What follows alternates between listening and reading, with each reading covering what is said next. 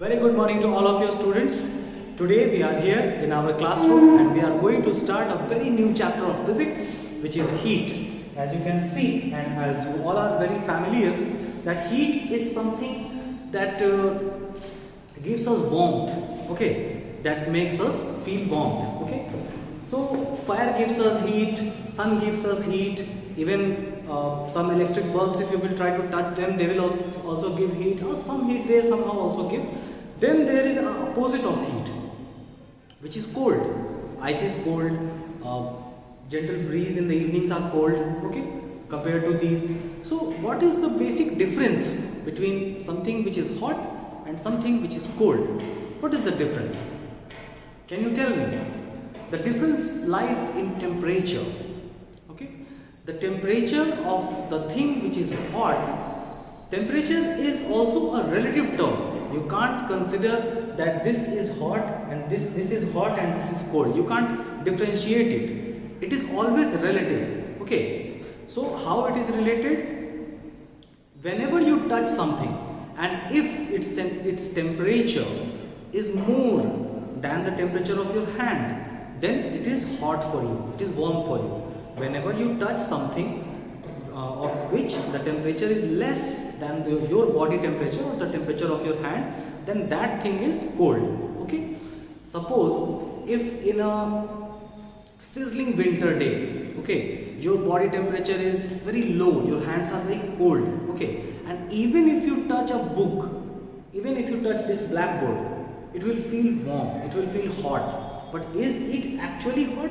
No. And in a warm day, sunny day, if you have kept your hand in certain conditions which has increased the temperature of your hand, then you will touch this board, it will feel cold. Just like now, if I have put this side, it's little bit cold, not hot, okay. So this is the thing, okay. Temperature is relative. When the temperature rises more than our hand, then we consider it as hot, and when it falls below, we consider it cold, okay. But in general, there are a few temperatures which are given as 0 degree and 100 degree, which make certain changes. Just like, let's say, water. If we will keep water and we will start decreasing its temperature, it will still be water. 15 degrees, 10 degrees, 5 degrees, still water. But as soon as it reaches 0 degree, it freezes, it starts to freeze. Then we notice that, okay, at this temperature something has changed in this particular matter, okay. Similarly, on 100 degrees it starts to boil, okay. So what is the basic difference? What changes do occur in a matter when its temperature rises or falls?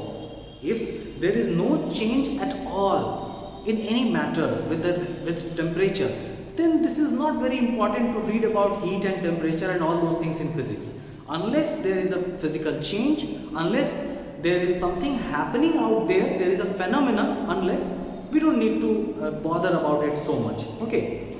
But it is a very, considerable thing, very important thing to understand heat. Why? Because whenever something gains heat, its atoms and molecules start separating from one another, okay. It directly gives energy to that matter, and that energy is converted into intermolecular space. Those atoms and molecules start separating from one another, okay. As for example, if I'll tell you that let's say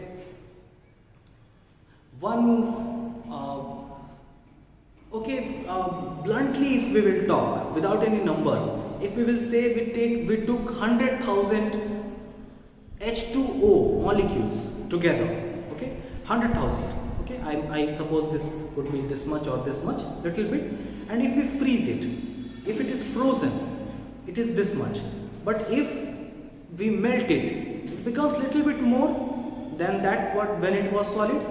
And if we turn it into gas, if we have liquid water, okay, and it is at let's say 30 degrees Celsius, okay, so this is this much. But if we will evaporate it, it will not be the same. Its volume will increase. The vapors will spread around. And why? Because how did this liquid turn into that water vapor? What is the basic difference between a liquid and its vapor? What is it? It lies in the intermolecular or interatomic space. Okay, mostly it's intermolecular because gases are generally compounds, molecules. It's okay, but the particles which are there in any matter, the space between those particles increases with the increase of temperature and decreases with the decrease of temperature. Okay, there are a few more factors like pressure and all those things, but if we talk about heat directly converts into intermolecular space. You increase the heat, the intermolecular space will be increased. You decrease the heat, the intermolecular space will be decreased.